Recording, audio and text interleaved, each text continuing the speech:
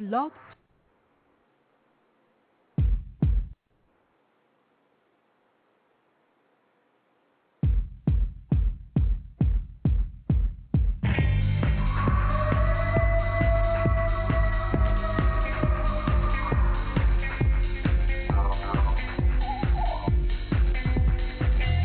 Welcome to Sasquatch Watch Radio with your host, Billy Willard.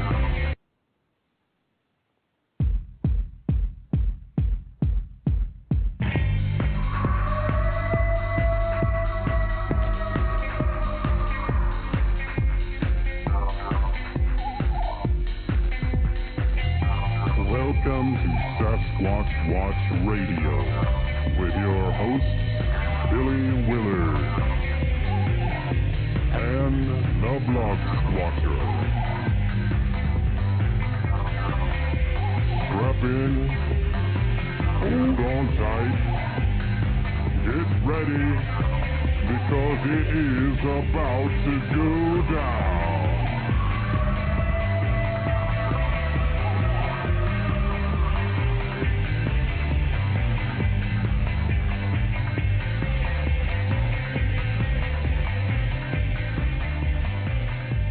All right, everyone. I guess what a way to start off a show. Have a couple little small issues right at the front. I had a bad feeling when I tried to call in and couldn't get anything to work.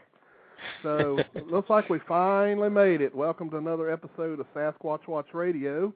Today is Monday, May the 11th, 2009. Good God, this year's flying by. Isn't it there, DB? Sure is. I swear. It seems like we just was in the winter and just talking about how cold it was, and now here it is. It's, of course, around here it's just raining all the time, and this rain is making me sick. Yep. How is my great, wonderful co-host over there? Well, I'm doing all right. There's a little bit of a bug going through my house. My daughter's got it. I've got it. I think my wife's had it. It's mild. It's not swine flu, so we can all relax about that. But we're all feeling a little poorly. Not that bad. How about you and yours? So far, everybody's okay. No sickness or anything like that to talk about. Got some some strange things going on at work, but that's a whole different discussion. Right. Yeah. Well, I think a lot of our listeners can probably appreciate or sympathize with what it's like at work right now. There's a lot of people have pressures because the economy's so crappy. I know even my wife is having that kind of stress. So my sympathy goes out to all of you going through the stress that where you're not sure your job's going to be there, and man, I can't wait for all that to be over. Yeah, well, it happens. It happens to us all, eventually, but all I can do is just wait it out and see what happens. Right. So, DB, do you have any news for us today? Well, I did have a couple of things that came across the old virtual transom that sort of go together. It's two news stories about skulls, which, interesting, right? Well, the first one I think a lot of people have probably heard about before. There's a fellow by the name of, and I got to scroll up here and get it, Tom Burnett from North Carolina, who claims to have found a baby Sasquatch. And the way his story goes is he found the baby Sasquatch, and he was, unsure what to do with it. I mean, it was still alive when he found it. So he took it out into the woods and put it down and thought, his mom would come and get him. And then when he went back, he didn't find, what he did find was a skull and bones. So he collected the skull, and according to his story, he sent it off to be checked out by some, university scientists, but they're not looking into it fast enough, and they won't give him back his skull. Uh-huh. That's the story that he tells. Right. But that's interesting. It's certainly within the realm of possibility that if Bigfoot does exist and they have babies, maybe somebody would come across a baby that wasn't being cared for some reason or another, and then it would die and what have you. But it really does sound like something like, if there is one thing that the Bigfoot would try really hard to protect, being that there are not that many of them, you would think it would be their babies. So it does. I don't know. I don't know what to think about it. But the story's out there, and it was in the news today. It was in the McDowellNews.com, and I take it that McDowell News is a North Carolina newspaper. Now, so that's one. Okay. The other news came out of Dallas-Fort Worth, and it was on an NBC station there. And what happened was some workers outside of Dallas, outside of a North Dallas school, were doing some digging, and they were digging pretty deep. They were down 5 feet. And they came across the skull of what looks like some kind of a primate. But it's got the elongated face and the big canine, so somebody in this news story says that it looks like a baboon. And it does look to me like a baboon skull. But the question would be, how did a baboon skull get 5 feet underground, outside of a North Dallas school? Right. And, of course, anything's possible, but that's pretty weird. There would be a baboon skull. That is pretty weird. Yep. And so they haven't done any tests on it, so they don't know how old it is or anything, but it's something to keep your eye on. It doesn't have anything to do with Bigfoot unless it turns out that's an ancient skull. And then you could prove that there had been primates in North America. That would be the only reason it would have a connection to Bigfoot. If it turns out it's an ancient skull, so then there are primates in North America. Therefore, Bigfoot could be a descendant from these blah, blah, blah, blah, blah. But it doesn't look anything like a Bigfoot if you're looking at it. All right, so those are the news items, and I guess we ought to mention what came of the Ohio conference, because there's been a bit of an internet kerfluffle.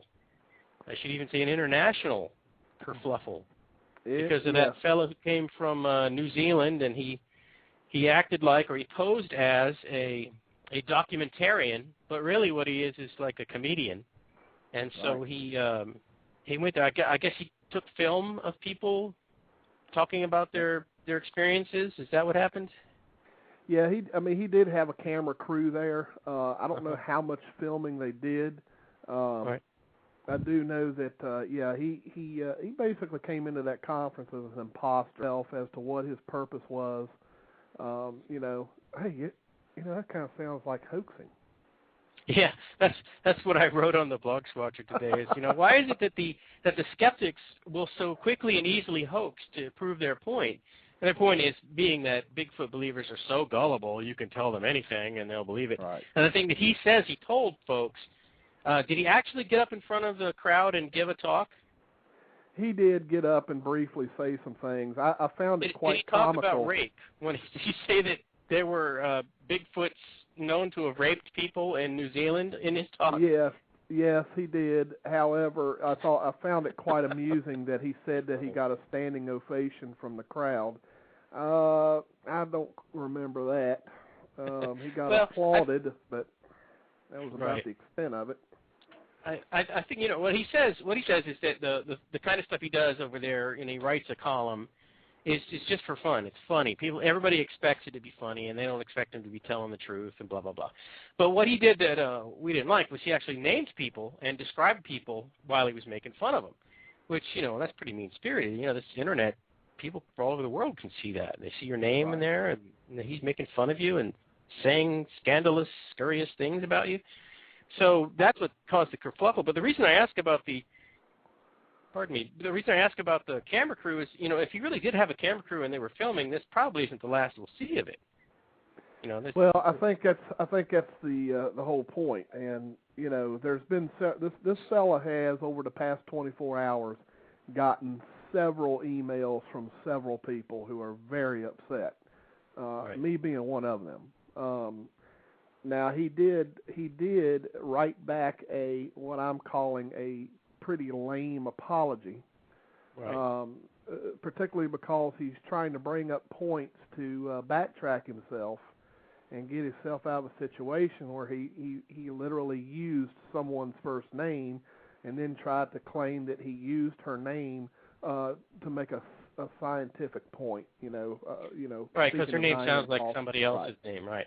Right. So I was like, wow, that is probably one of the lamest excuses I think I've ever heard. Well, yeah, if he really did what he said he was doing, that just means he's lazy. He's a lazy writer. Right. But, it's still, I mean, the people who were insulted have every reason to feel insulted, to feel hurt.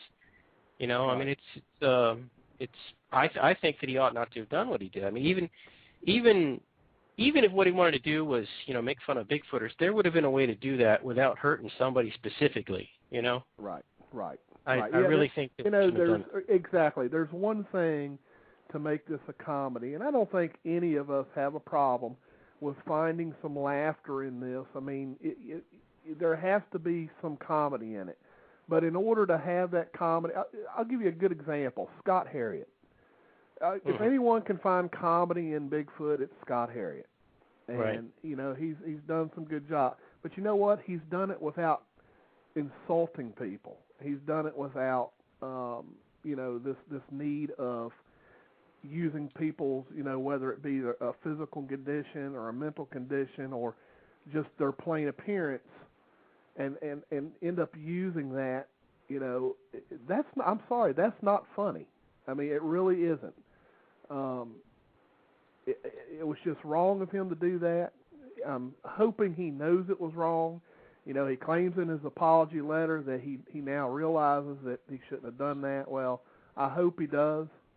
Well, we'll see with what he does with that video stuff that he did. Right. If that never comes out, whatever he was going to do with it, if he doesn't do it, then maybe you can believe that he really was sincere in his apologies. But right.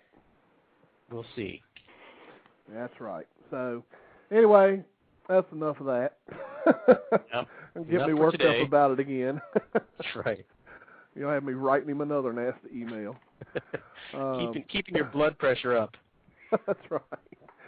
Anyway, we certainly want to welcome our guest tonight. We've got Mr. Mike Hall from down in from the Texla Group. We appreciate him agreeing to come on the show, and he's been nice enough to bring us some surprises all tonight. I think a lot of our listeners like to hear audio clips, and he has been nice enough to provide us with about 4 audio clips that we can all listen to so that we can get an idea of what he's doing out in the field and what he's hearing out there.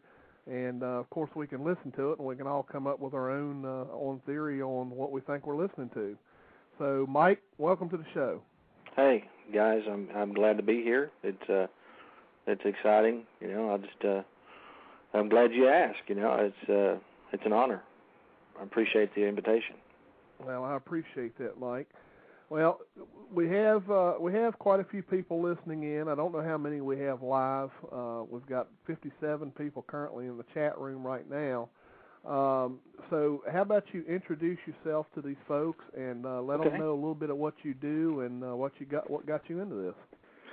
Well, fairly simple explanation about how I got into it. Actually started off, I guess, like a lot of researchers. I started off when I was a kid. My grandparents raised me, and we lived out in the country here in East Texas. And I was about 10 years old. I had a sleepover, and I had 4 or 5 of my buddies from school come over on a Friday night and spend the weekend. And of course, when I was 10 years old, we didn't have, cable television or satellite television or anything, and we had an antenna, And on a clear night, we could get the Dallas stations, and really clear night, we could get Dallas and Tyler, So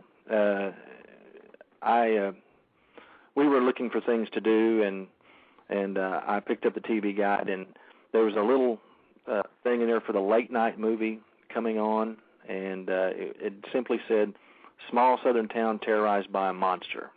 Right. We thought, cool, we'll watch this.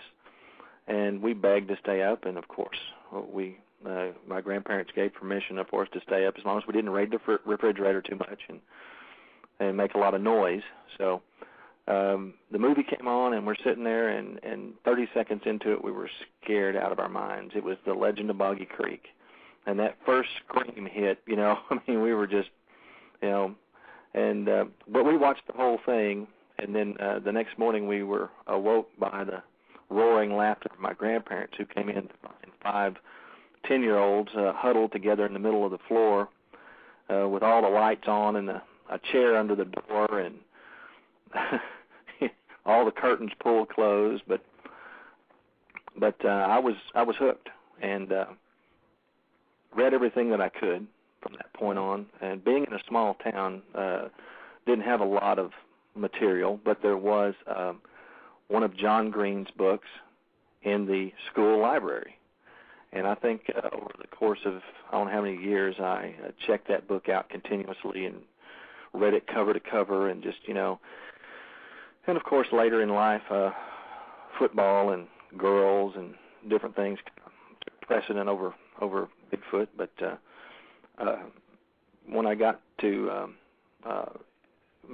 my early 20s to mid 20s, of course the internet had come out, and there were I just thought, you know, let me look and see, you know, and so I started searching and finding out, well, hey, there's stuff still going on, you know, and I kept doing this for several years, and finally I started asking myself, you know, am I going to sit on the sidelines and watch all this stuff and be excited about this stuff, or am I actually going to go and, you know, jump into the game? And you know, I decided to jump in with both feet, and that was, I don't know, 2002, 2003, and been going strong ever since. Started off just like anybody else. Not, you know, I had grown up in the, you know, going into the woods and hunting and fishing, and I knew that part of it, and, you know, camping and all that stuff, but I didn't know anything about the research.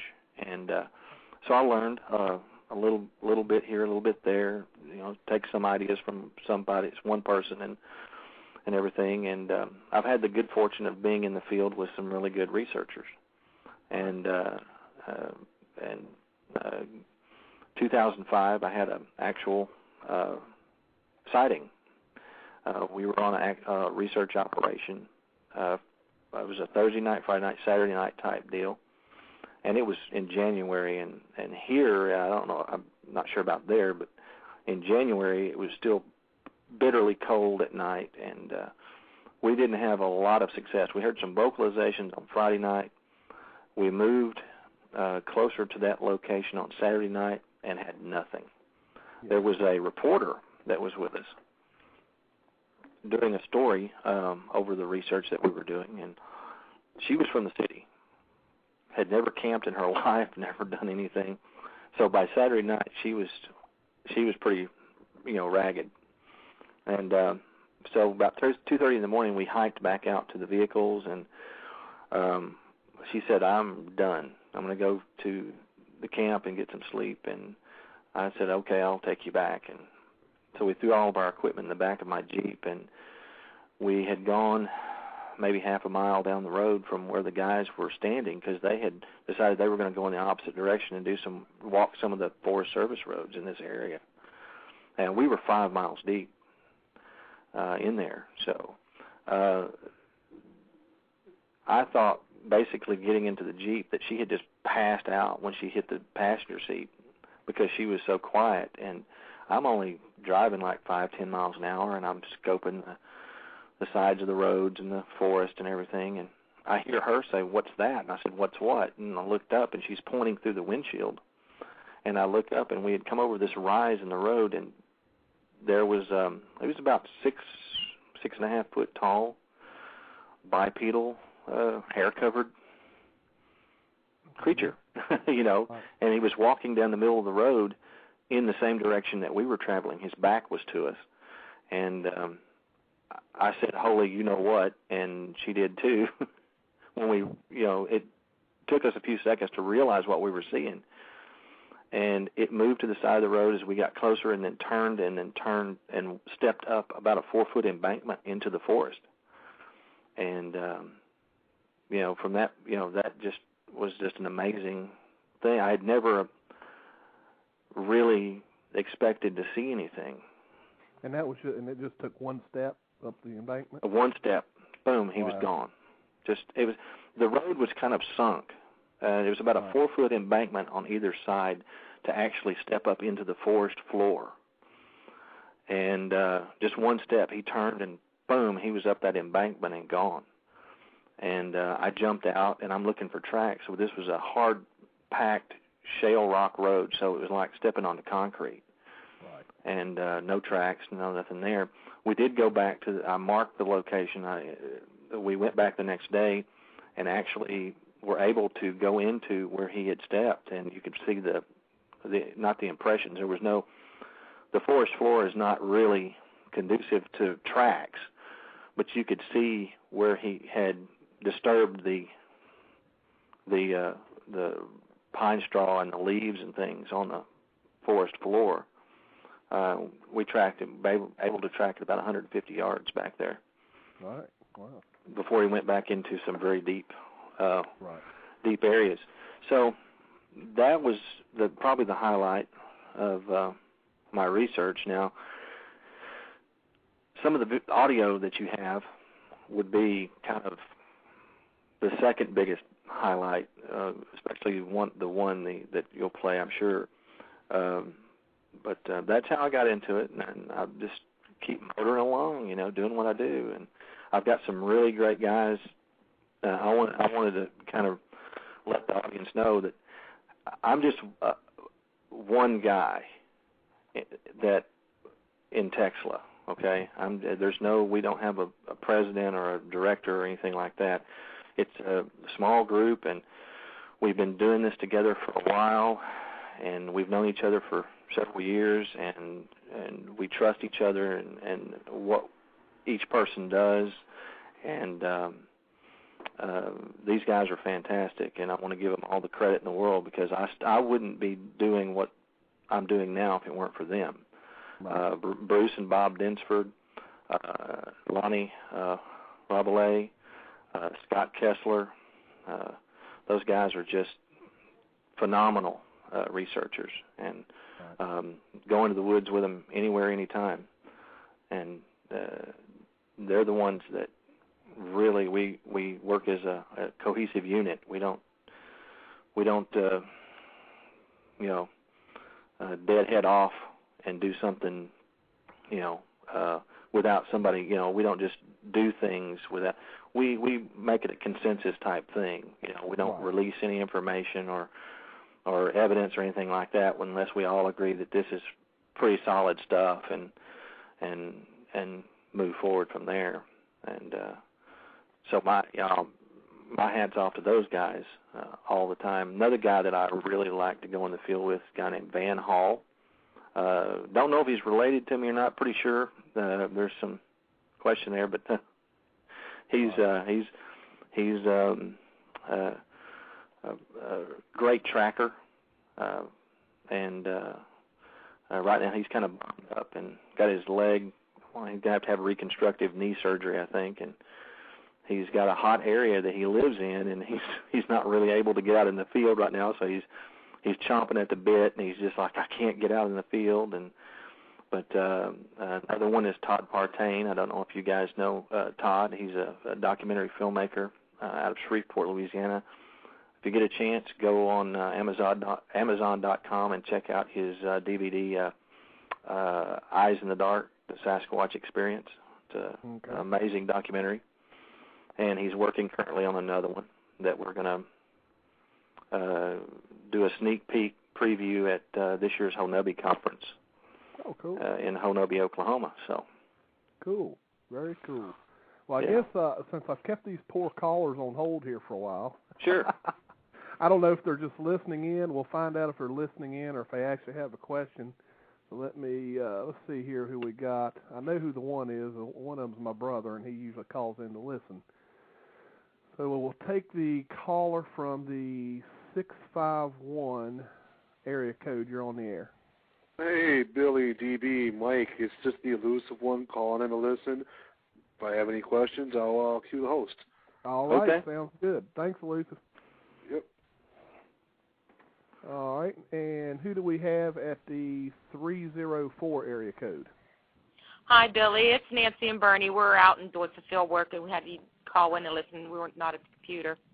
Okay, not a problem, Nancy. Thanks for listening in. Thank you.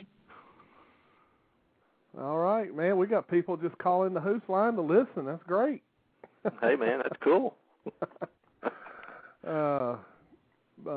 Let's see here real quick.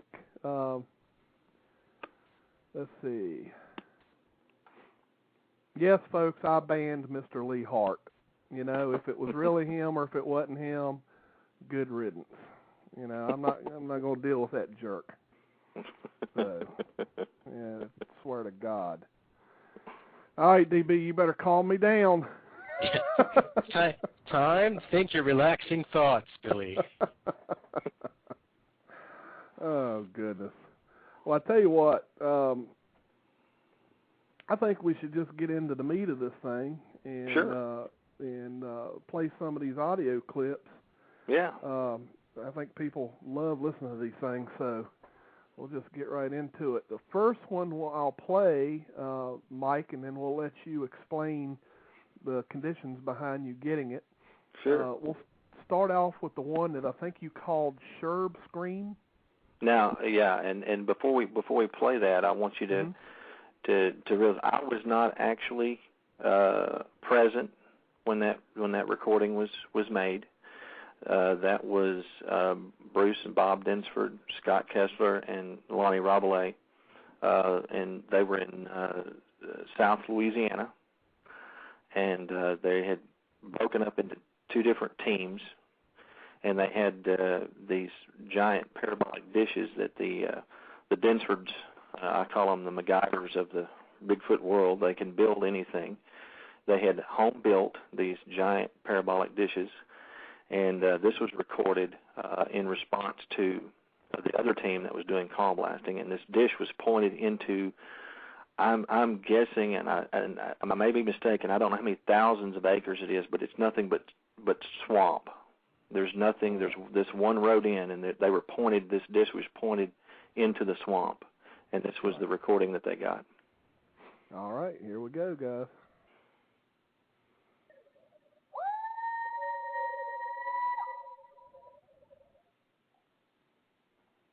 Yeah, now, was everybody able to hear that, or does anyone need me to turn it up? I heard that real well. You did, okay. Yeah. I heard it pretty good too.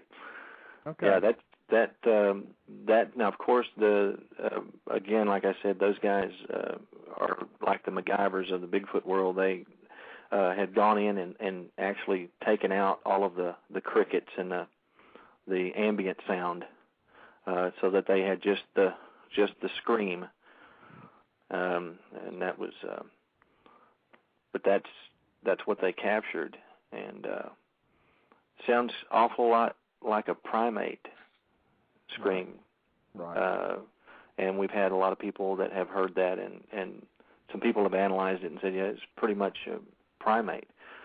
So, yeah. Right. Or reminiscent of a primate. Right.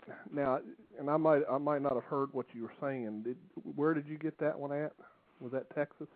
No, it was in South Louisiana.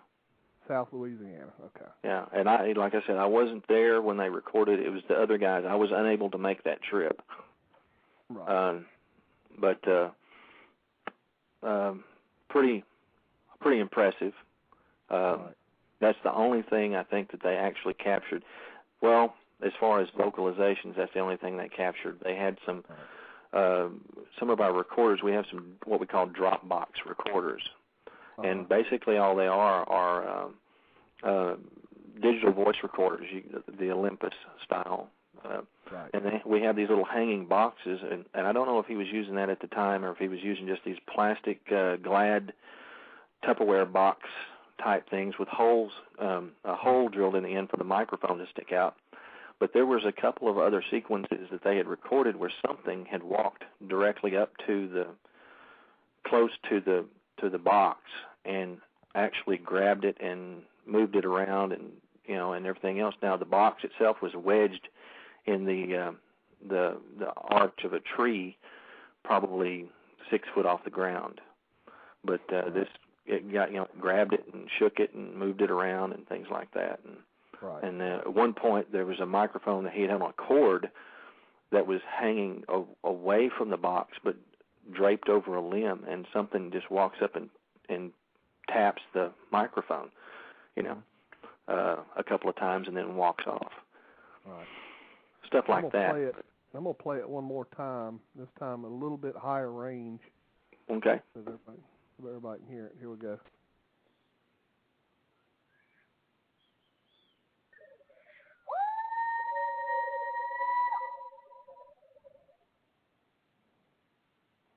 There we go, because we had somebody ask to play it once more time, so I raised the level up just a little bit. Of course, it sounded about the same to me, so. But, yeah, that was, we call the Sherburne Scream, so. Right. All right.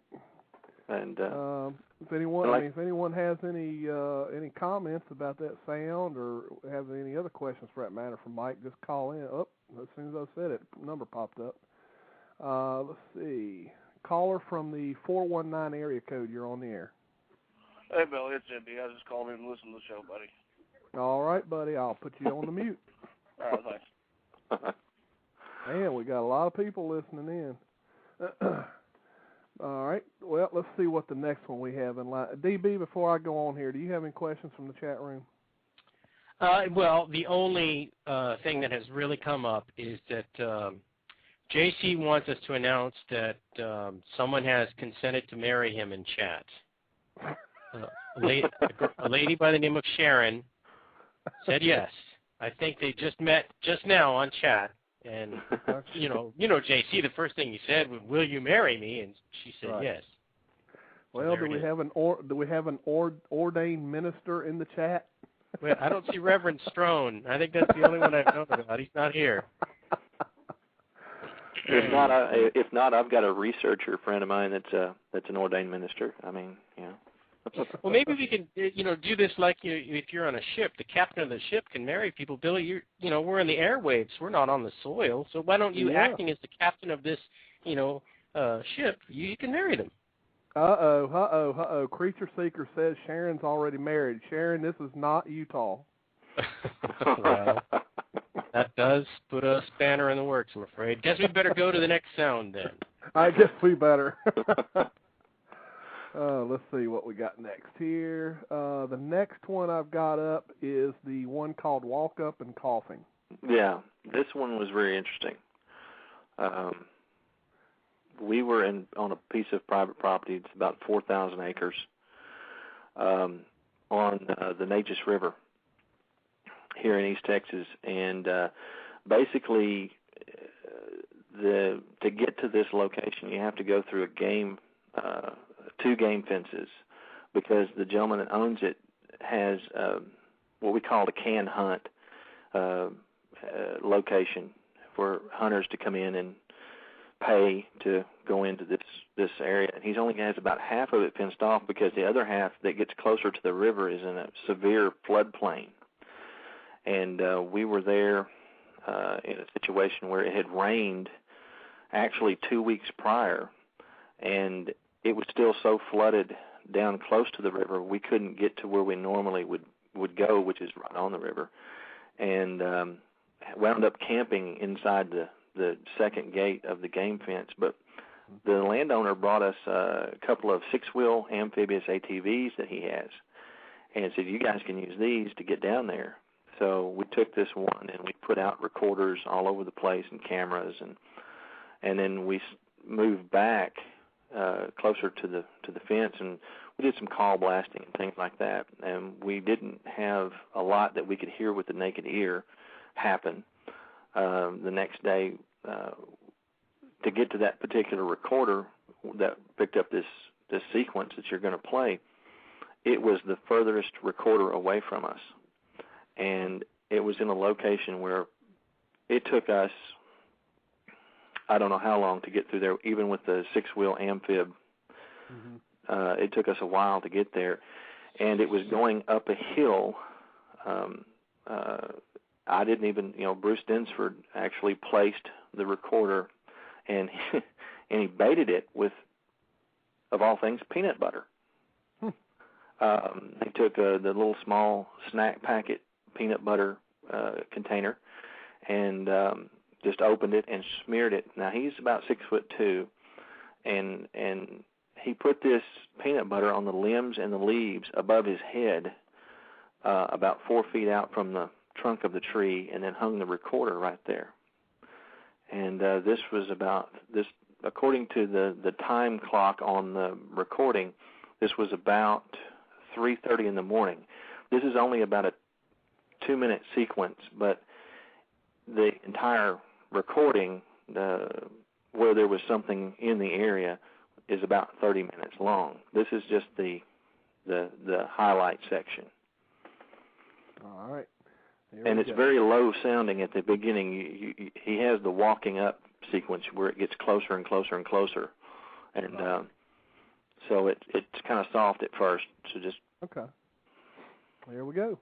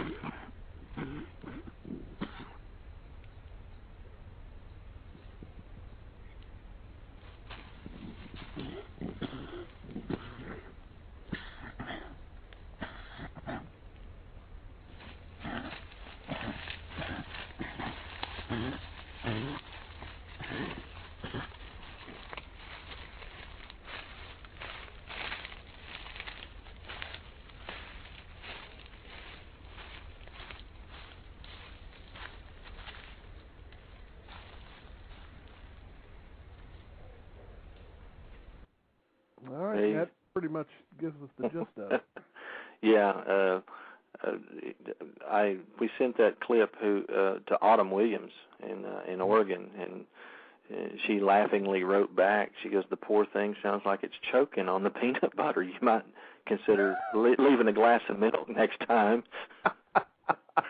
You know, but I mean, it's most definitely bipedal movement.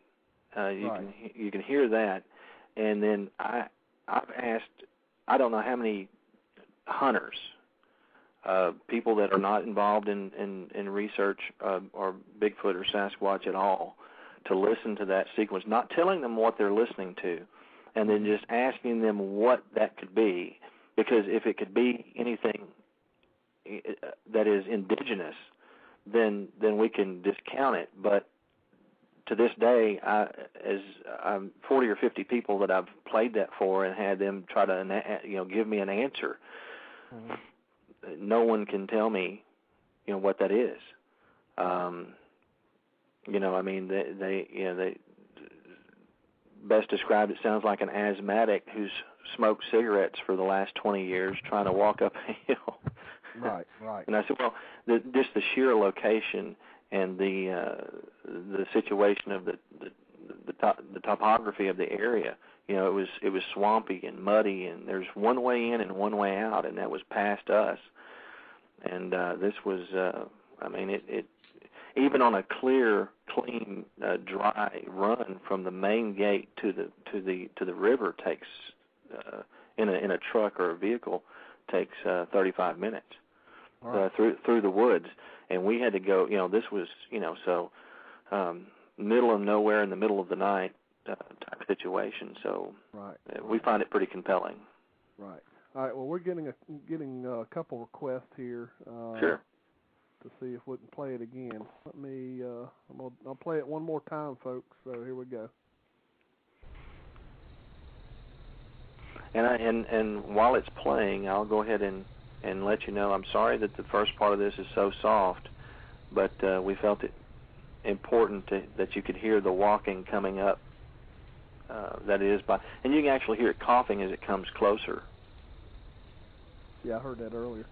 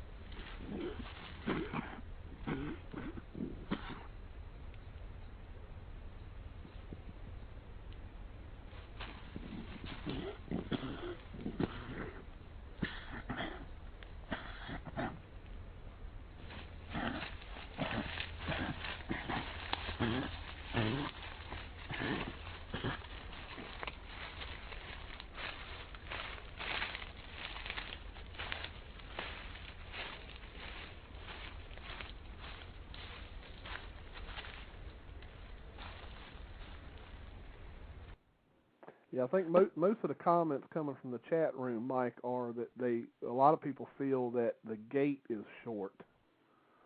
Right.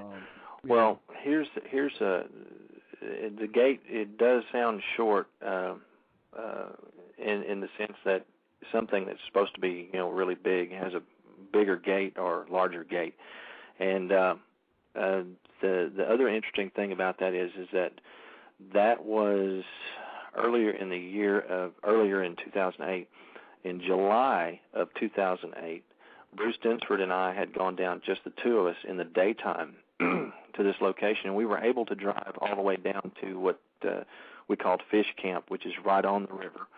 Mm-hmm. And we were going to do a little experiment. We were going to put out recorders and cameras and stuff and leave them overnight, but we were not going to stay in the area. We were going to completely leave and go home and then come back the next day and pick everything up. And as we were unpacking the SUV, I had told Bruce, I'm going to walk over to the river's edge and just kind of take a look. And as I got over there, there was a trackway. It had about 50 prints in the mud along the bank of the river, and they are just the most amazing. I don't know if I sent you those pictures or not of the tracks that we found, but they were only about 10.5 inches long. Right. But they were very wide. Right. And while I called him over and we're looking at, I mean, these tracks are so clear. I mean, you can count the toes. Right. And we cast several of these because we followed the tracks backwards to see where they came from, and they came out of the woods from moving from south to north. Right. up the river. And believe me, folks, when if you were to ever see this area in July, in those river bottoms, to walk around barefoot, you're asking for trouble. Right. I mean, this place is so snaky, and there are thorns on the vines there the size of 16-penny nails. If you step on one of those, you're in deep trouble. And, I mean, this place is very unhospitable for anybody that wants to wander around barefoot. But it appeared that it came out of the woods, moved along the riverbank, and then there was a little mud wallow over maybe 30 feet up the riverbank, and it looked like it played in the mud and then continued around the bank and just continued moving north from this area. And I followed it as far as I could without falling in the river myself. But this thing didn't seem to have any problems negotiating a riverbank that actually turned into a pretty steep degree angle. And as far as I could see down the river, the tracks continued on. So, right. I'll have to look. I can't remember if you sent me the pictures of those prints or not. I'll have to look. Well, tonight I'll send them to you tonight after the show. Okay. And cool. But that'll be cool.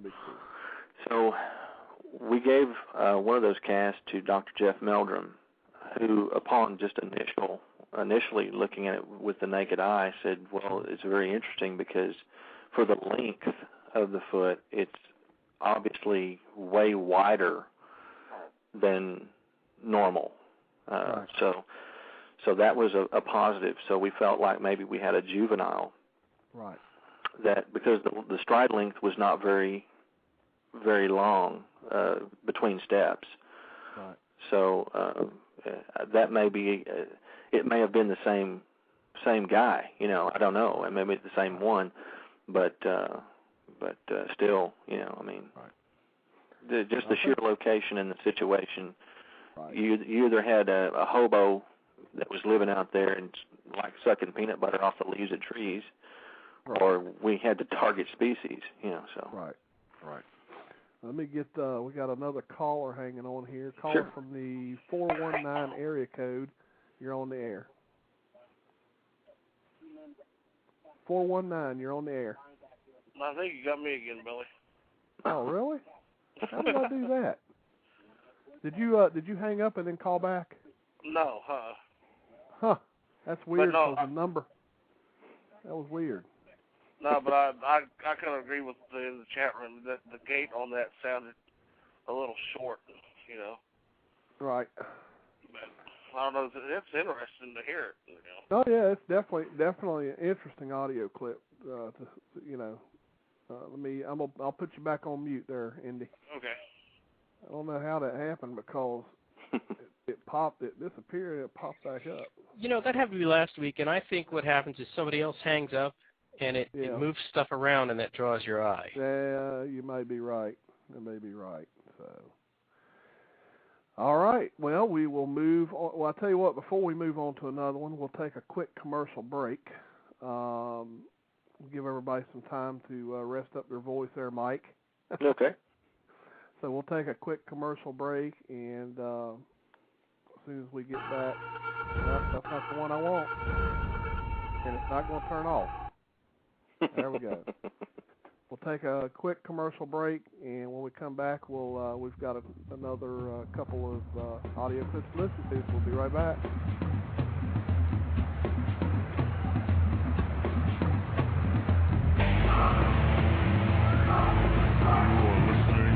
Sasquatch Watch Radio. Stay tuned.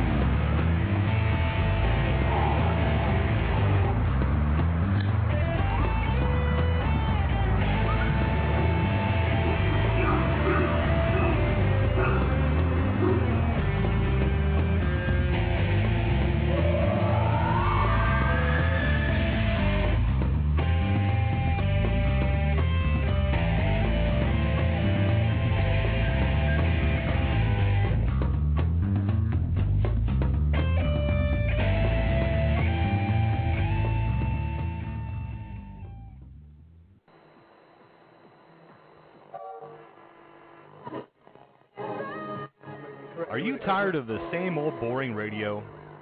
Looking for something with a bit of an edge? Then sit down, strap in, and hold on tight, for you're about to be taken beyond the edge. 5, 4, 3, 2, 1.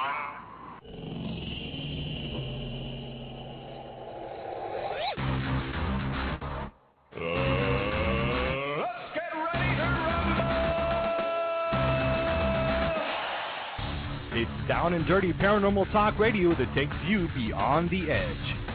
Join us here on Blog Talk Radio Friday nights at 9 p.m. Eastern for Beyond the Edge Radio, as we interview the everyday investigator to the seasoned researcher. From ghosts and hauntings, demonology, UFO and alien life forms, cryptozoology, psychic phenomenon, and other mysteries and unusual anomalies. Paranormal Talk Radio that goes beyond the edge, and it's right here every Friday night at 9 as we take you from the boring everyday normal into the world of the paranormal. Think you're brave enough? Then lock your doors, open your minds, and join us if you dare.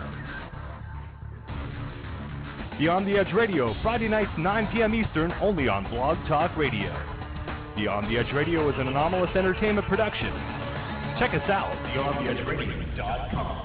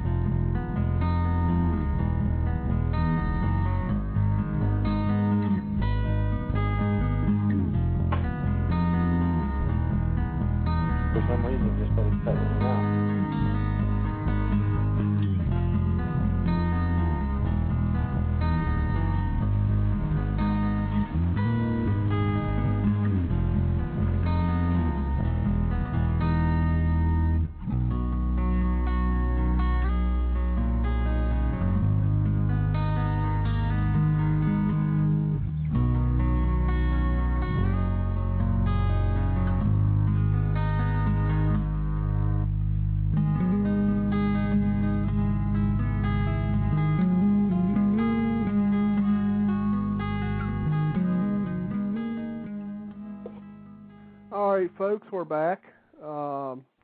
Before we start playing any other audio clips, we'll grab this other caller, and yes, this is a different caller that has just queued up the phone here. So let me get them on the line. 956 area code. You're on the air.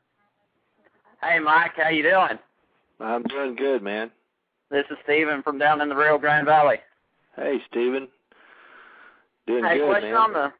That's good. Question on the peanut butter deal. Did the Squatch take all of the peanut butter or just part of it?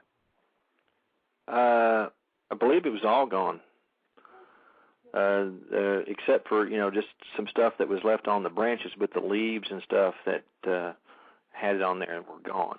So. Oh, that's cool. I was wondering because then he stayed around long enough to be able to eat all that. That takes a while. Peanut butter doesn't go down easy.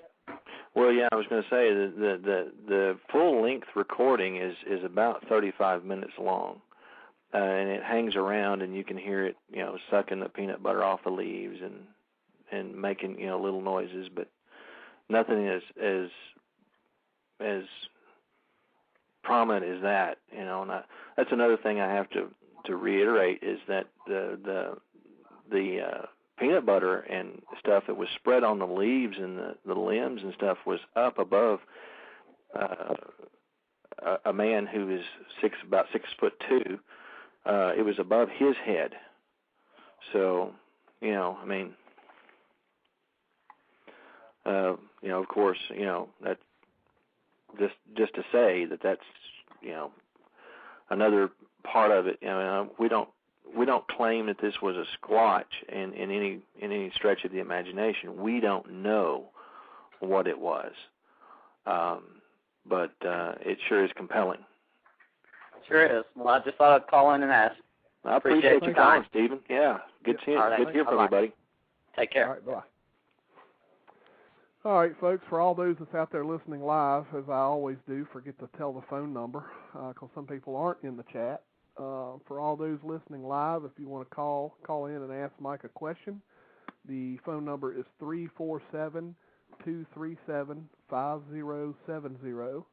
Again, that number is 347-237-5070. Feel free to call in. DB, any questions from the chat? I have not seen any. Okay. There's been a couple of times when somebody claiming to be Lee Hart has been in the chat room, and that's kind of consumed their attention for a little bit. Right. Now they're joking about JC and something about tacos. I kind of lost the thread. He's promising to give tacos to somebody, for marriage.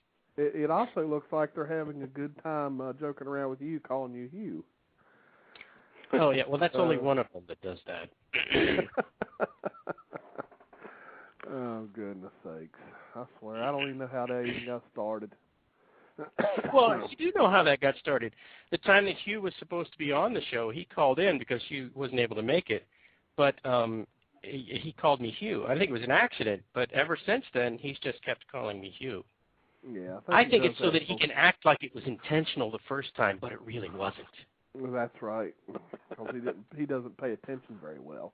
That's right. Yeah. So. His mind is on other things, like where am I going to get my next, 24-ounce steak? That's an addiction you have to feed, Yes, that's right. All right, I'm gonna get somebody on the line that you'll know, Mike. Uh-oh. Bill Green, you're on the line with Mike Hall. How you doing, Mike? I'm doing good. How are you? Oh, I'm doing great. So are you investigating any recent Sasquatch activity in your state, or footprints, or strange screams, or anything now that it's not winter anymore? Now that I'm a what? Now that it's not winter anymore, are the creatures moving around more? Well, we have a few particular areas that we've concentrated on. We do move around and into some areas that we've known that there's been some activity in the past, and of course it's like fishing on a lake in the dark that you've never been on before. You're every time you go out, you're casting your line out there and hoping to get a bite, and a lot of people don't. It's one of those things where I think people get into the research thing and they think that every time you go out something happens, and that's not necessarily the case. I mean, I've been on a lot of research operations where we've had absolutely nothing happen. That doesn't mean that they're not there, just that they won't respond to call blasting, or they don't, or whatever. But or maybe they're not in that particular area at that time.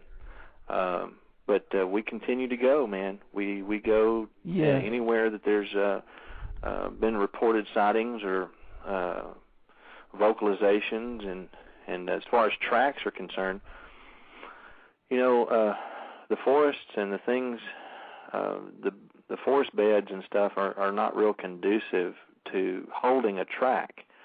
The tracks that we got on that riverbank were sheer luck. I mean, really. I mean, that was perfect conditions. It was a little muddy. It was there was no ground cover or anything like that to prevent the track from being clearly impressed in the mud. But we've found impressions in other areas that are interesting. But it's almost like they have to step in this mud puddle or in this soft ground with nothing else on top of it to leave a good track, So those are hard to find. About as rare as chicken's teeth, I mean, Yeah, I think Bill actually got booted by his computer. Uh-oh. Yeah, he just instant messaged me and told me that his computer apparently booted him or something. Well, hey, Bill, appreciate you calling in anyway. I mean, it's a good question, yeah, but we still continue to go anywhere we can that we feel might be a good location. Right. So. All right, well, we got two more exciting audio clips to listen to. Let's see here. No questions, DB, before I play a clip? I haven't seen any. No questions so far. There's a lot of people in chat. This thing is scrolling by super fast, but I haven't seen any. And every time I say I haven't seen any, nobody jumps up and says, "Wait, I had a question." So I think they're doing the usual. Okay. All right. The next one I'll play will be the one called Whoops 5408. So May 4th of 2008, and it's right. Whoops. Yeah. Let's see if I remember when I hear it. I'm trying to think. Okay. Here, let me, I'm going to turn this one up just a hair, and here it goes.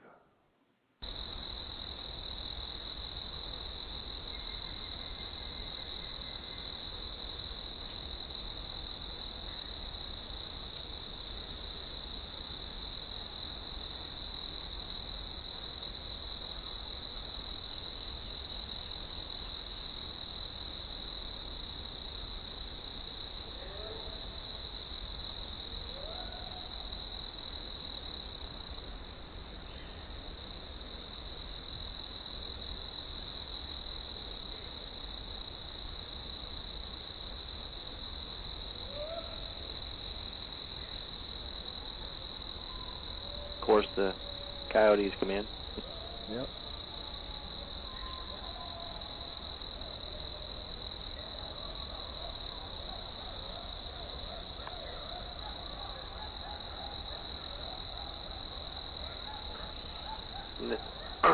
The interesting thing about this clip is the very first call, that's the very first one.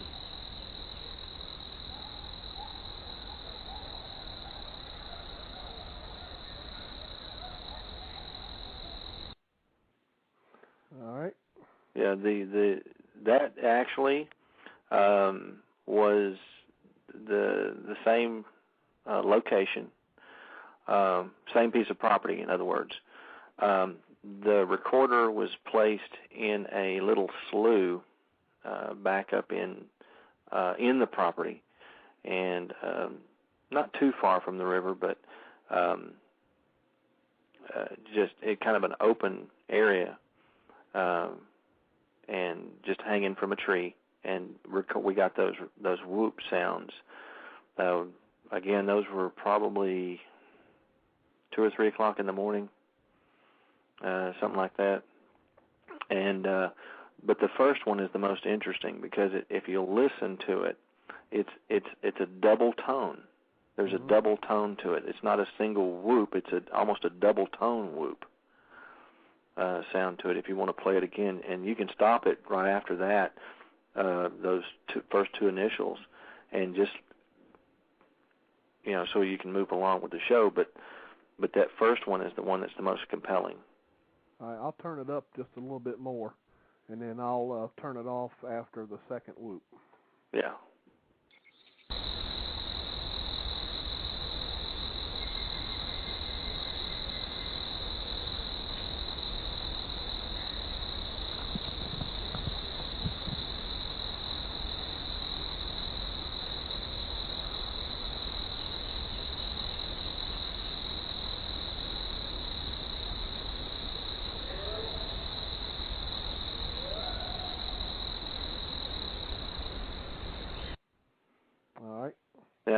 I'm just going to ask you, could you hear the difference? Yeah, I heard the first one was a lower, almost like a lower tone. Yeah, and it had a double, almost a double resonance to it. Right. It was like there was a high pitch and a low pitch at the same time. Right. To it, if you'll hang on, I'll check that out in one of my little software programs here, and I'll be able to tell you what frequencies it's got in it. I just got to pull that down from the email. Sure. I think we got enough time to be able to do it. Okay, sure. Cool. Carry on, and I'll let you know what I find.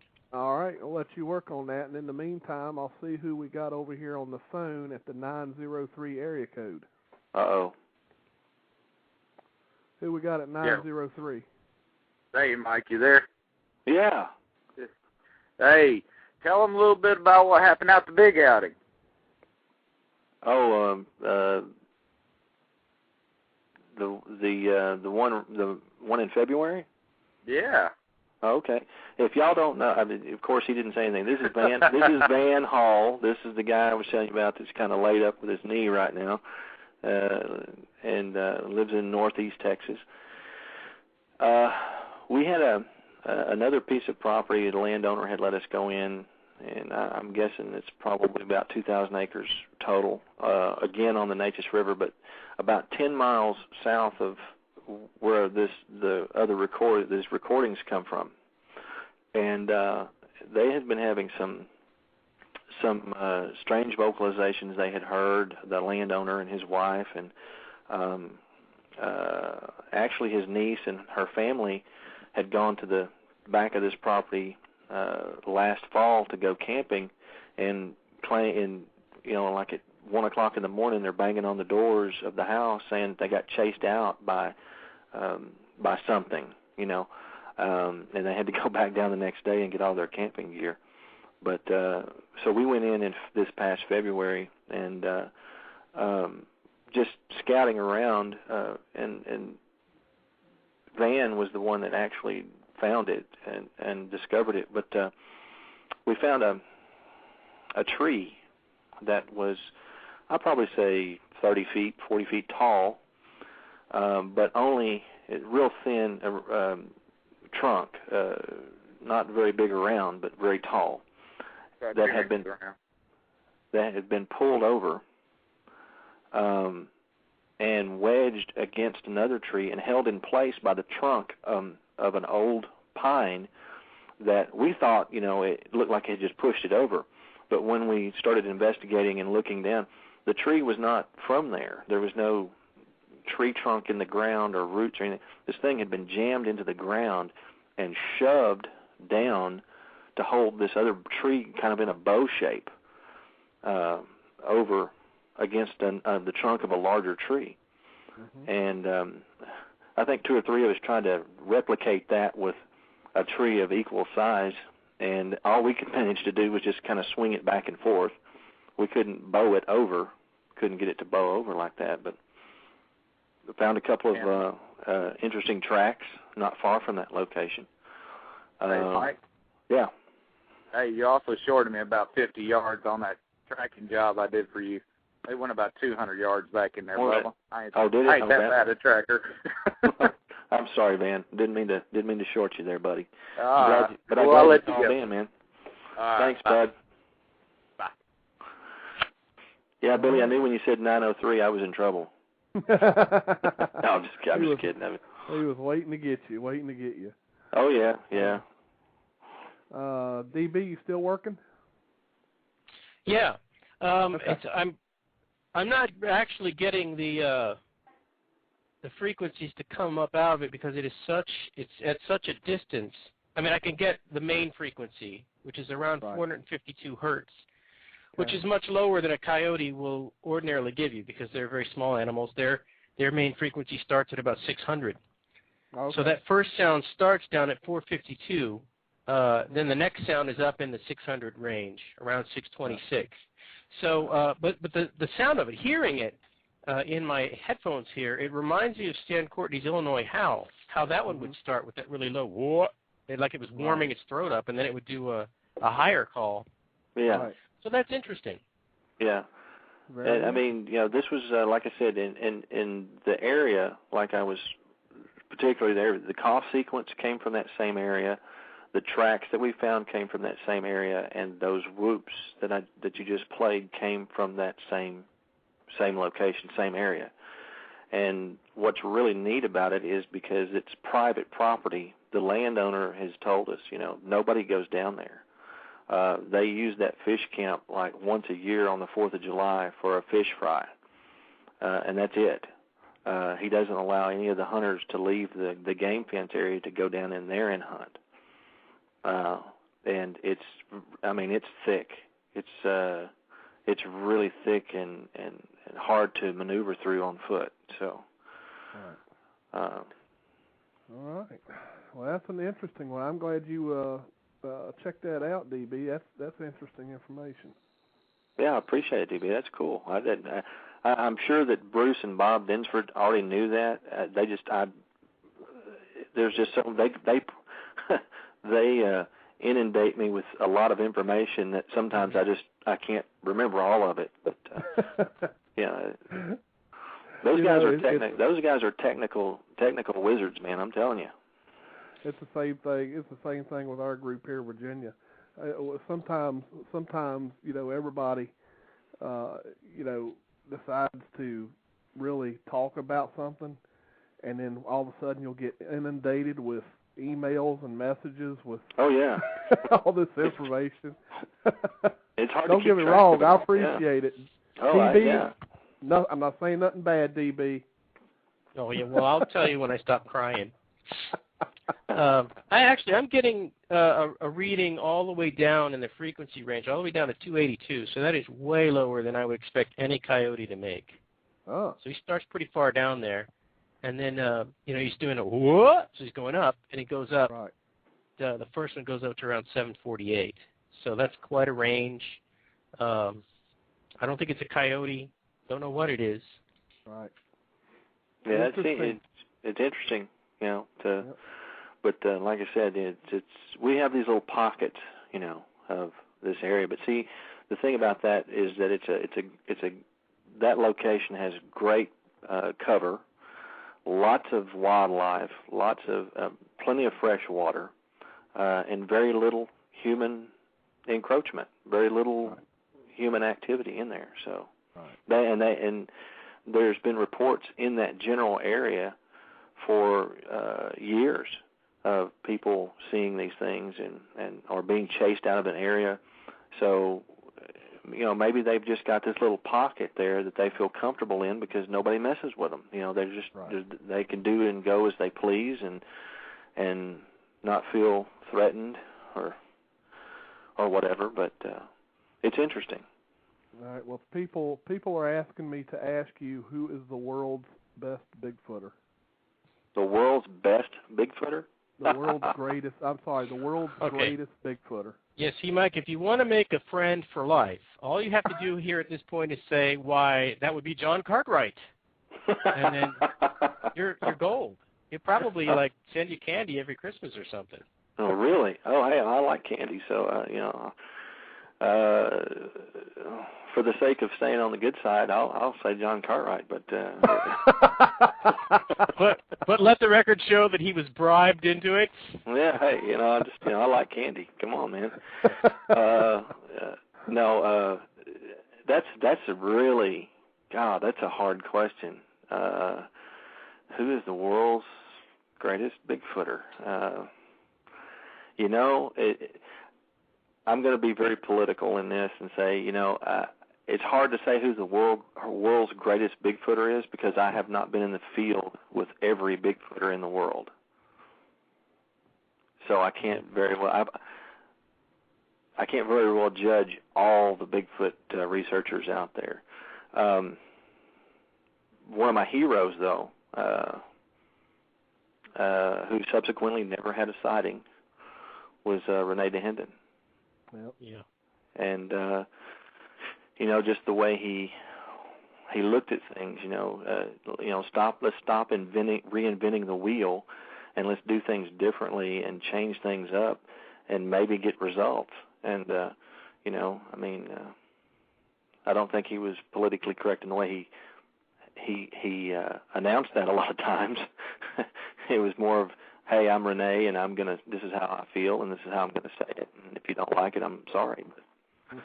But that's a hard question, guys. God. It was actually put me on the spot.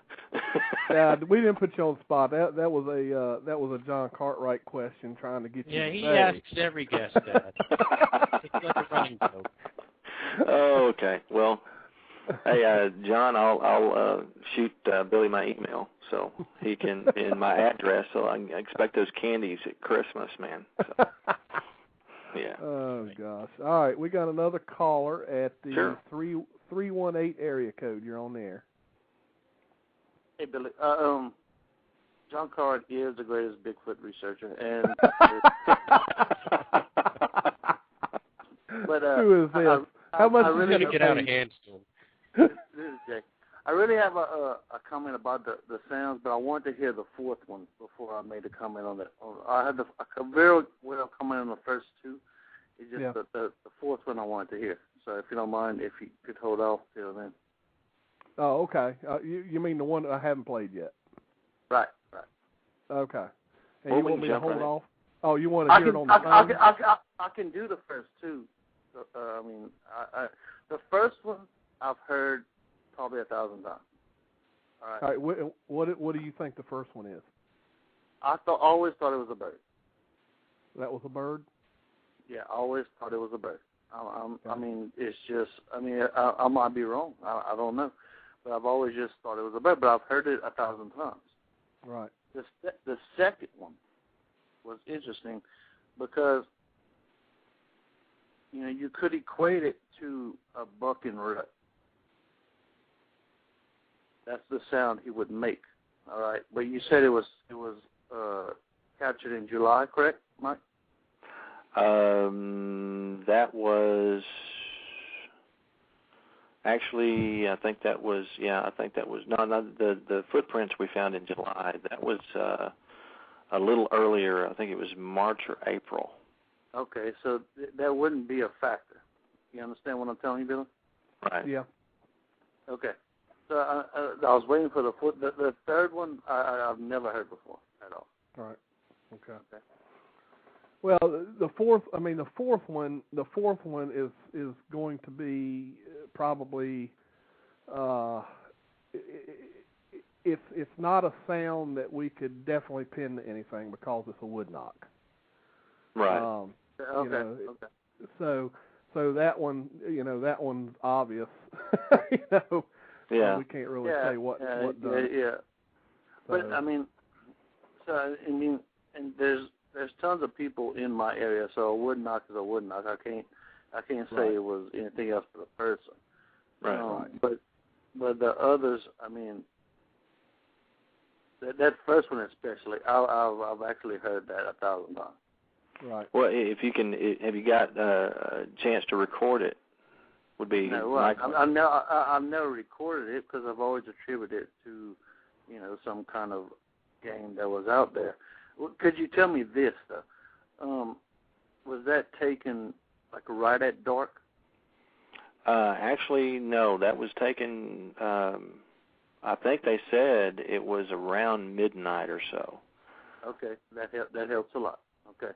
That was, and that was the only time they heard it was that one time, and it was just fortuitous that they were not standing by the dish that recorded it. They were a couple of feet away, and it just happened to be pointed in the right direction. If they had been turned, 45 degrees in either direction, it wouldn't have captured it as well. But I agree. It does not carry well. It does not. No, and it's pretty much directional. Correct. Yeah, and those guys, like I said, I was not there, and I may be wrong about the time, but I do know that it was that they did say it was considerably late at night, and it was well after dark. Okay. Oh yeah, way well after dark. Yeah. Okay. All right. So that's a lot what I need to know. All right, thank you, Billy. Oh, thank you. Okay. Appreciate the question. That's a good question. Yep. Okay. DB, I think I saw some questions. I think. Yeah, well, what I see is Kite Squatch is asking where the parabolic dishes came from, and I actually had written that down, but forgot about it and didn't look at my notepad. Well, like I said, I call Bruce and Bob Dinsford the MacGyvers of the Bigfoot world. They actually built them. They actually constructed those. Bruce is a computer, guy and works for. He's an IT guy for a big company in Dallas, and his brother Bob is, I think he's a structural mechanic for one of the airlines in Dallas, and they other than the tripod that it's a camera tripod that they bought. Right. The dishes themselves they're hand constructed. The dishes are probably 3 foot in diameter, the dish itself, and the components were bought. The microphones were bought at Radio Shack, and they have hot-wired those with the little. Everything runs off of the small. I think it's a small marine battery. It's not the one for a boat, but the real small one, and it's all hooked into. It has a top bar across the top, and right in the center above the dish is a Sony night shot video camera, and on one side is a regular spotlight, and on the other side is an infrared spotlight. And they have headphones, and everything that the dish picks up is piped directly into the input on the camera, so that whatever you're hearing is actually being recorded onto the camera itself. So that's how they built those dishes. They've actually built them. So it's a pretty neat little setup, and they're portable because you can pull them right off of the tripod, and they've got handles on the sides, and you can just hold it and walk with it, or you can sit it on the tripod and just turn it in any 360 degrees. You can just go completely around and around and around with it and point it in any direction. And believe me, when you have the headphones on and a big bug flies by, you think there's a Huey helicopter fixing to land on your head. It's just they're really good. Yeah, we have that same problem with our parabolics. We have the bionic ear style, the ones that you can order online, and you can. I mean, if something gets close to that thing. I mean, it's funny. You'll be sitting there, and a twig or something falls out of a tree and just hits it. You're like, whoa! You're looking around. Yeah, you're. Most of the time we try not to put the headphones on. Yeah. Unless we hear something with with our ears. Right. And then we point it in that direction, and then we put the headphones on to see if we're Yeah. But what we do is we run ours through our digital recorder, and then through the out socket, that's where we hook our headphones, so that we can listen and record at the same time. Right, exactly. Yeah, and these guys and the cameras are digital, so just download that to their laptops, the audio, and pull those. But those guys are great. And Scott Kessler's built one. I think Lonnie's got one now and built one, and I'm the only one that doesn't have one, so. No. But that's okay. That's all right. I'm starting to feel like I need one. Yeah. Hey. Let's see. I think we have another caller, I believe.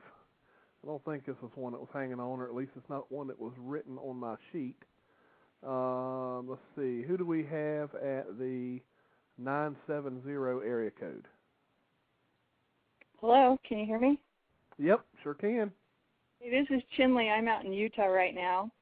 Hey, how you doing? And you guys, huh? How are you doing? Pretty good. Thanks. Good. Hey, you guys tell John Cartwright if he wants to seal his fame as the world's greatest Bigfooter, he needs to get down to the University of Chicago Library and tell us all what that Bigfoot's reading. I want to know, is he reading like the Bigfoot Field Manual, or is he studying for his CDL license, or? Red Bigfoot. People don't know what Chinley's talking about. A couple of days ago, there was this news article out of Chicago that someone had spotted a Bigfoot at some Chicago University, and then so I put something up on Blog Squatcher saying, well, that sounds pretty impossible, but does anybody know what they're talking about? And I think it was Chinley that tracked it down. There's a video. These two college kids made a video. It's just, for fun. They see a Sasquatch. They track it into the library, and when they get up on it, it's reading something in the library. That's all there is to it. But JC, you got to find out what it was reading, man. I thought it was pretty compelling evidence myself. Right. Yeah. Exactly. Hey, I just wanted to make a quick comment on that. I don't know, I tuned in late. I think it was the second sound bite. Mm-hmm. The one where people said it kind of sounded like it was coughing. Yeah. Uh-huh. And that, I was trying to track it down on YouTube, but there is a YouTube out there, and probably DB, you've probably listened to it, but it's from Australia. It's a yowie, and that sound vaguely reminded me of it. And the commenters on YouTube said it reminded them of a cello, of all things, but you listen to it, and it almost sounds like a cello or something like a bellows or something. It sounds like something with a lot of lung capacity. And I just wanted to mention that it just really did remind me of that. So if anybody knows and can track that down, it'd be kind of interesting. I haven't had any luck, but I did listen to it here some time ago. I'll have to look that up myself. It's not real obvious when you search YouTube. I can't remember where I found it, but it was definitely strange and different. But anyway, I just wanted to comment on that. Very interesting sound you captured there. Well, thank you. Yeah, thanks. Great show. I'll let you guys go. Thanks. All right, thanks a lot. Thanks for the call. Okay. All right. Bye-bye. Bye-bye. And we got another caller from the 318 area code. 318, you're on the air. It's me again, Bill. I'm sorry. I forgot to ask him one simple question. What parish was that sound taken from? In South Louisiana, you know what? I'm not real sure which parish it was. I know that it's not too far from Baton Rouge, and it's the Kisatchie River. It's the Kisatchie River. That's very far from Baton Rouge. Okay. It's to the west of Baton Rouge. I got I got you pretty much. It's probably in either Rapides or Kisatchie Parish. All right. Another thing, Billy, on the second clip, if y'all would, I don't know if y'all probably all are members of Alabama Forum, but if y'all would go and read, I think it's the second on the new recent sightings, there's exactly what he describes as a coffin on the father. It's a long post. It's very long. It's probably 7 pages, but a very excellent read. And he explains exactly what the coffin and everything does. I mean, it's very good. Ooh, I have to mention that earlier. It's really a good read. I read it last week. It was posted, I think, April 17th or something like that. It was done in between 01 and 04. So it's very good. All right. Thanks a lot for letting us know. Yeah, I'll have to check it out too. Yeah, really. I mean, everyone needs. I mean, if the chat's not listening, that's fine. But I mean, everybody needs to check that out. That's. I'm not going to go into it because it's like a good movie. I'm not going to say anything. It's very good. Okay. All right. Thank you so much. All right. Bye. We got about 2 minutes left of the show, Mike. All right. Well, we didn't get to the last one, but that's okay. That's okay. There's a couple of things, if you don't mind, I'd like to kind of put out there for everybody that's listening and on the chat room. I'm going to be one of the speakers this year at the, as I was last year, at the Honobi Bigfoot Conference in Honobi, Oklahoma, and that's a pretty infamous area. If everybody is familiar with the activities that's going on there, Bigfoot related. But if you'll go to myspace.com/Honobi Bigfoot and join on as a friend, all the information there is about the conference. You can go to TexlaResearch.com and see a lot more of the recordings and the photographs and stuff from our research. And if you're a vendor or somebody that's interested in coming up and setting up at the conference in Honobi, Oklahoma, October 2nd and 3rd this year, go to BigfootMountain.com or call the Tallahena Chamber of Commerce at 918-567-3434. Very cool. Yeah. Well, look, that sounds like a great one. Before we go off the air, I'd just like to mention to everyone that next Monday night, I will be in the state of Washington. I'll be attending the Bigfoot Roundup up in Yakima, and live Monday night, I will be on the airwaves from Washington, and DB will be running the board. Congratulations, DB. Disaster. Disaster will strike. Anyway. We'll discuss all the happenings going on that happened up in Yakima on Monday night. I'll have to figure out the time on that. But Mike, thank you so much. You're welcome, man. Show.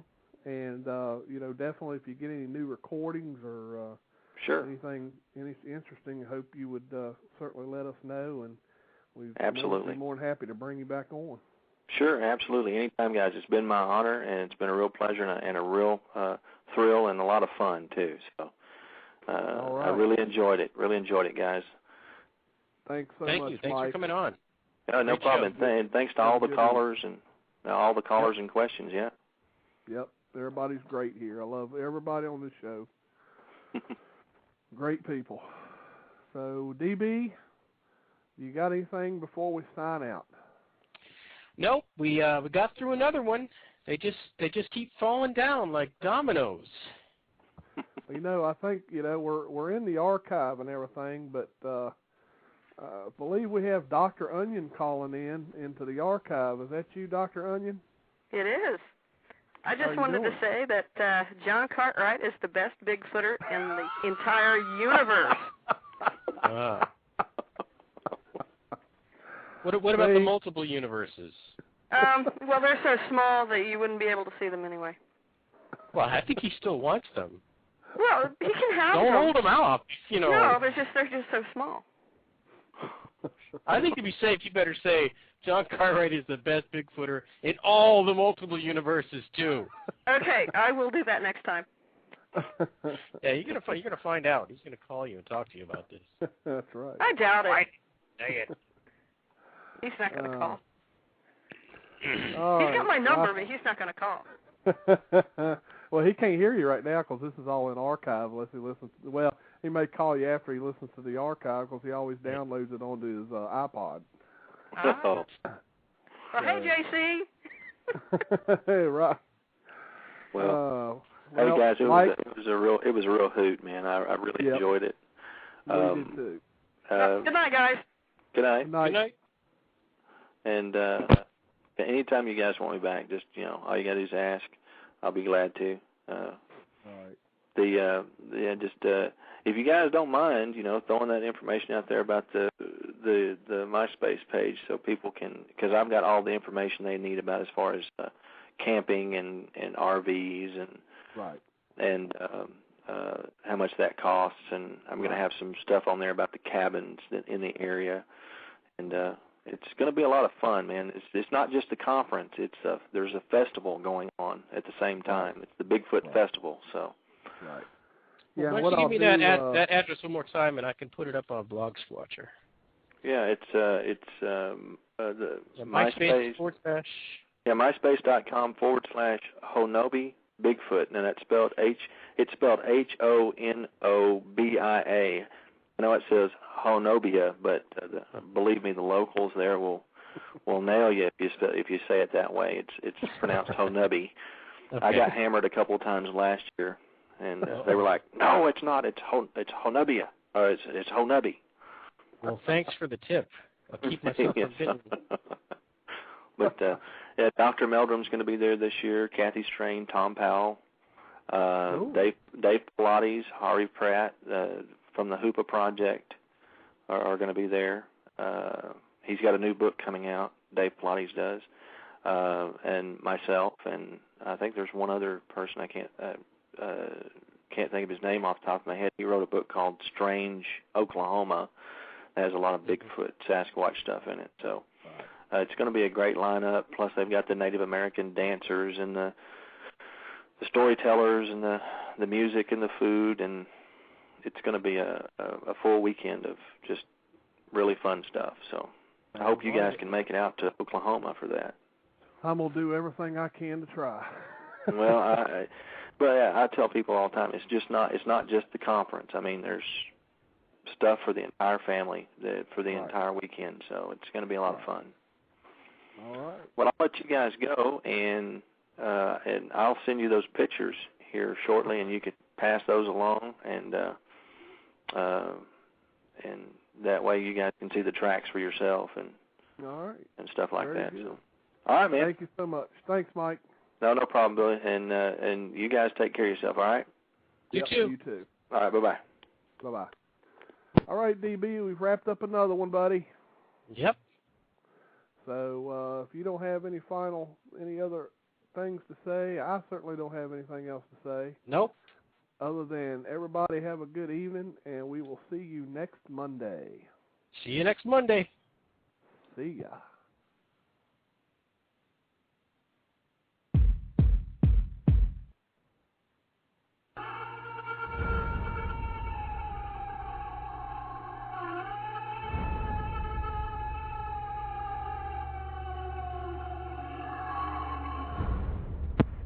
A legend silently stalks the forest around the world, leaving giant man-like footprints in its wake. Skeptics scoff while the true believers search for the answers, and those who have seen it will never forget.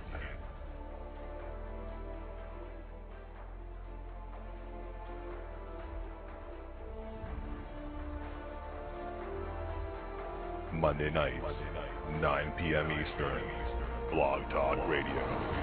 Billy Willard and the Blog Squatcher present Sasquatch Watch Radio.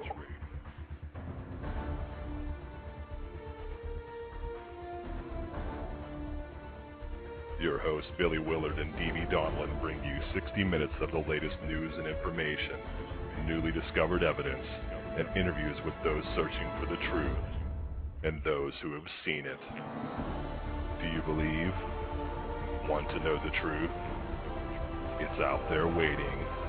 Monday nights, 9 p.m., Blog Talk Radio. Sasquatch Watch Radio. Sit down, hold on tight, get ready, because it is about to go down. blogtalkradio.com/Sasquatch Watch Radio. We all know a guy who only occasionally shaves for big occasions, and it's because that occasional shave really hurts. It's the time of year for big occasions, and yet there he is, suffering with that cheap drugstore razor. Let's help him out. Henson Shaving's line of razors, built with aerospace precision, deliver a smooth shave your dad, brother, and even son can enjoy, eventually. With replacement blades just 10 cents each, you'll buy it once, and they'll use it for life. How's that for the perfect gift? Celebrate with 100 free blades on your first purchase, and no subscription headaches. HensonShaving.com/holiday. Boost your profits and improve patient care using Xyrus Isolite dental isolation systems.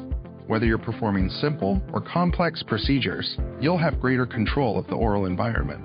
Continuous hands-free suction helps you work faster, see more patients, and stick to your schedule. Quick and easy isolation keeps patients comfortable and safe while reducing chair time. Provide better care while running a profitable and streamlined office. Visit Xyrus.com to learn more. ZYRIS.com.